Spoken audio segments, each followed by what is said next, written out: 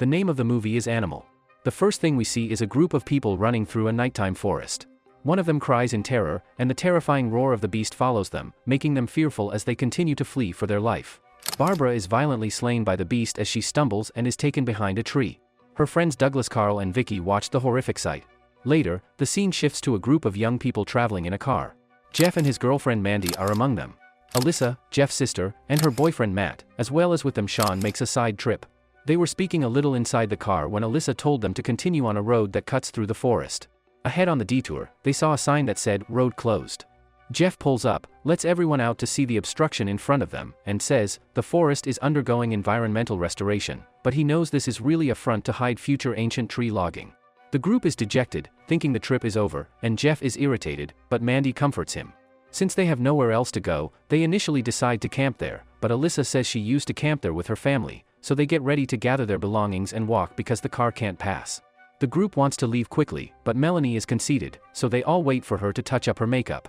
A few moments later, the group has already entered the forest to head to the camping spot. They follow the trail, enjoying themselves and taking in the scenery. Matt asks if their belongings will be safe in the car, and Jeff assures them that they will be leaving the key in the gas cap.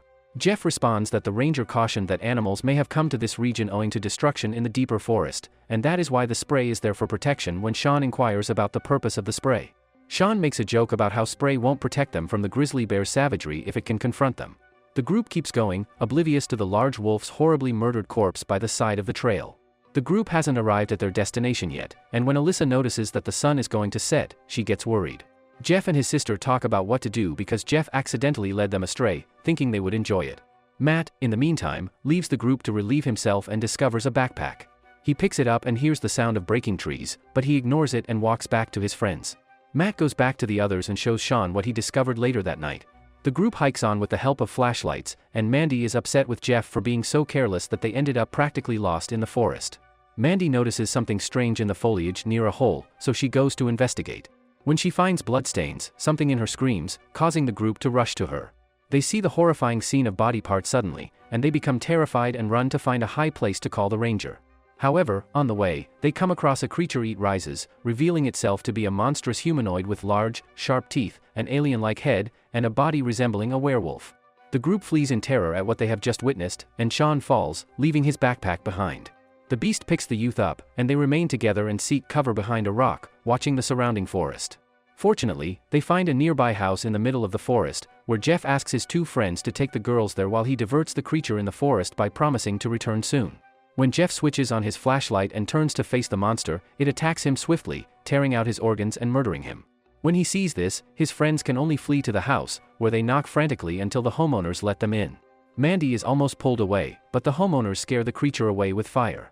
The monster then tries to enter, but Carl and Vicky, the homeowners, tell the group to be quiet. After the silence, the beast leaves when they are calmer. Vicky cleans up Mandy's cuts and provides when Sean's cell phone dies and he tries to call 911. The gang hears a man's voice. They soon learn that it's Douglas, who is unhappy that the creature sensed them when they entered the house and that no one will be coming to aid them. Carl notes that the animal becomes quieter when it eats and that when they first arrived, there were barricades at the entrances, suggesting that other people had already gone through.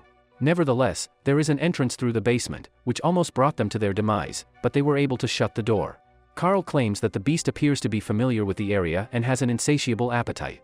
Fearing the worst, the group begins to fortify the barriers further, and when Alyssa tries to walk upstairs, Douglas forbids her from doing so. When Matt joins her, Alyssa tells him that she believes the thing wants them in the house as a food supply for when they become older. Matt tries to comfort her by claiming that the loss is causing her to think that way. Alyssa goes to another room and surveys the damage in the house. Alyssa maintains that she is confident in her beliefs. Matt Conton is speaking and downplaying their predicament, saying that it was only a fierce animal that put them there. Nevertheless, he consoles Alyssa, encouraging her to use her head to find a way out because she is resilient in trying circumstances. Suddenly, they are startled by the creature emerging at a window that is blocked by boards. The beast starts circling the house looking for access places, so the party runs to them and reinforces the passage. They pursue it and discover it has gone upstairs, where Douglas is. Douglas walks downstairs, clearly terrified, while Carl, Matt, and Sean approach to examine the openings. Sean descends to retrieve his spray while Carl cautiously enters the chamber and, upon spotting the beast, shuts the door with the others in an attempt to contain it. Carl's arm is injured by the beast as it breaches through the wood, but Sean gets there fast and sprays the beast's face, making it retreat. The group uses a piece of furniture to close the door, but Douglas is adamant that it won't be enough and they must leave the house as soon as possible. A short while later, the group sits down to discuss a solution, deciding to stay in a single room with a single barricade. At first, this seems like a good idea, but Douglas says it will only delay the beast from getting them.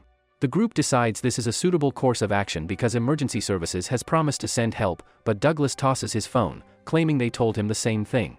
Douglas is not comforted by Alyssa's statement that her parents may have friends who might search for them. Instead, he advises them to flee to the road, where they will be found more quickly if anyone is looking for them. Douglas remembers losing his wife to the beast, but he still hopes they can escape the horror by giving the beast something to eat. The group objects to the idea of one of them being eaten. Matt insists he can reach the road and obtain assistance because he thinks he can run faster than the beast. When Alyssa confronts him in private about his plan, she doesn't want him to put himself in danger for something unknown, but Matt believes it's a good idea for the group since he just needs a diversion before he can outrun the creature and cross the forest to get assistance. Mandy is persuaded to agree to the idea by Matt, who also shows her the walkie-talkie he will be using to talk to her. Carl shows up and declares that he will be the diversion since he no longer fears the beast after confronting it so frequently. Sean departs from the house with him in order to assist, watch from a distance, and warn him of the approaching beast. Carl begins to attract the monster's attention with a flare and a whistle as the group. While waiting inside the home on the porch, Sean uses the walkie-talkie to let Carl know when something is happening nearby. Carl signals for Matt to run as soon as he accelerates. Carl asks Sean what he sees, but he hasn't seen him in a few moments. When they get to the house's entry, Douglas stops them from going in since they can hear Matt screaming on the walkie-talkie. Feeling unsettled and apprehensive by the monster's approach, Vicky tries to open the door but is knocked down by Douglas. Nevertheless, Mandy instructs Carl to proceed to the kitchen door, which she opens, but the beast can hear via the fallen walkie-talkie. Enraged, Douglas wakes up to find himself bound to the staircase bars, and Carl tells him to be quiet. Douglas explains that he did what he had to protect himself and the others, but Carl doesn't want to hear it. Carl surprises Douglas and knocks him out a few minutes later. Alyssa tells Mandy that she won't flee from the thing anymore, thinking that they have now lost. Matt, she promises, will stay and figure out how to take out the beast. Mandy gives her a hug in an attempt to console her before telling her that she is expecting a child, but Jeth is dead and won't ever find out. After their conversation they go to the living room and see how terrified Sean is living. Through this nightmare the girls try to cheer him up and tell him that he and everyone else will be fine. However, fearing for his life, Sean begins confessing his hidden truths, one of which is that he is gay and had a secret romance with Jeff. This makes Mandy upset and furious that he is say this after Jeff's death. The noise from the argument grows louder to the point where Mandy has to intervene and tell them to stop talking.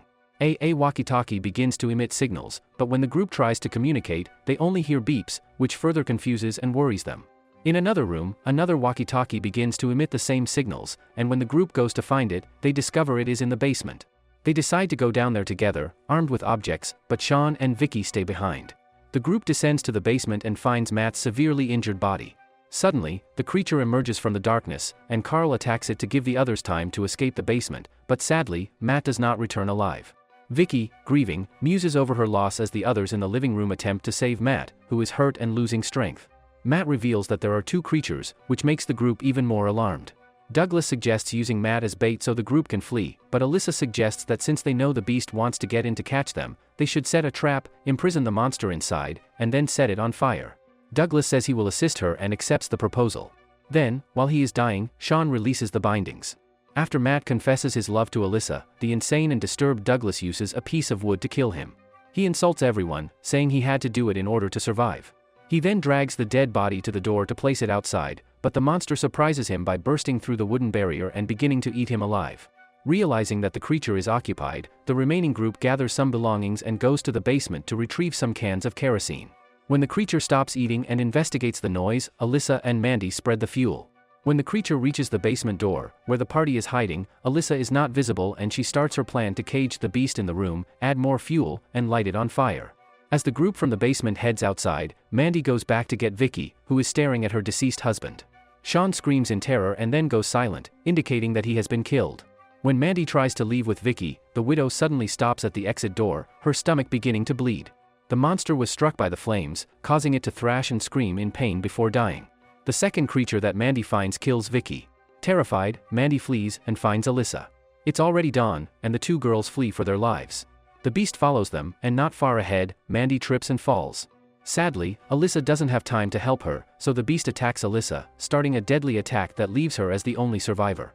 Hearing the creature nearby, Mandy runs through the forest in desperation. Suddenly, she gets an idea. She throws away her blood-stained shirt and covers herself in the damp dirt to hide her scent. Mandy keeps running and soon reaches the location where they left the car. She quickly gets the key and starts it to drive away, but the monster appears and attacks her. The final scene shows the monster's dead body, but the terror is not over because there are still more terrifying creatures. Mandy battles the beast and manages to shift gears to start the car. However, she wants to end the terror, so she accelerates the car toward the fallen monster and crushes its head.